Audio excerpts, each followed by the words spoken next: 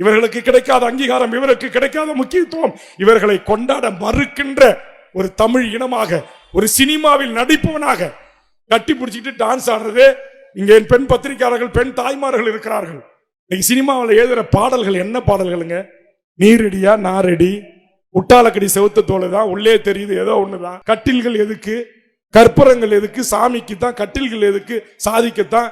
இப்படி எல்லாம் பாட்டு எழுதி தமிழ்நாட்டுடைய பண்பாட்டை, கலையை, கலாச்சாரத்தை, நாகரிகத்தை ஒருவனுக்கு ஒருத்தி என்கிற என் தமிழ் முறையை அடித்து நொறுக்குகிற அந்த சினிமா, அது மீதுதான் எனக்கு கோபம்.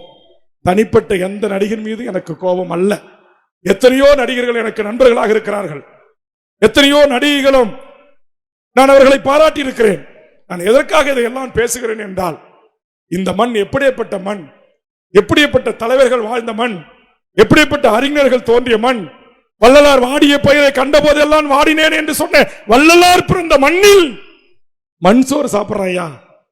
அவன் தலைவனுடைய படம் 100 நூல் ஆவணுங்கிறதுக்காக மண் சோறு சாப்பிட்றானே.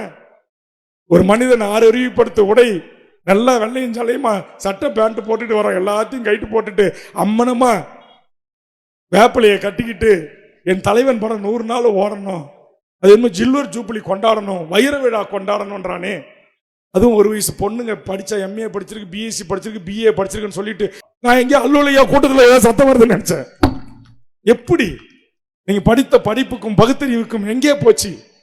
இதையெல்லாம் சிந்திங்கன்னு சொன்ன. இப்ப இந்த பேச்சை எங்களுடைய முகநூல் பக்கத்துல லைவ் போட்டானா ஒரு 100 பேர் வந்துருவான். அவன் 100 பேர் வந்தா என் கட்சியினுடைய தொண்டன் ஒரே ஆளே அதுக்கு கவுண்டர் கொடுப்பான். நாங்கள் கருத்தியலாக வளர்ந்தவர்கள், சித்தாந்தத்தால் வளர்ந்தவர்கள். உன் 1,00,000 பேர் என் 1000 பேருக்கு சமம், என் 1000 பேர் உன் 10,00,000 பேருக்கு சமம். அது எந்த நடிகனாக இருக்கலாம்.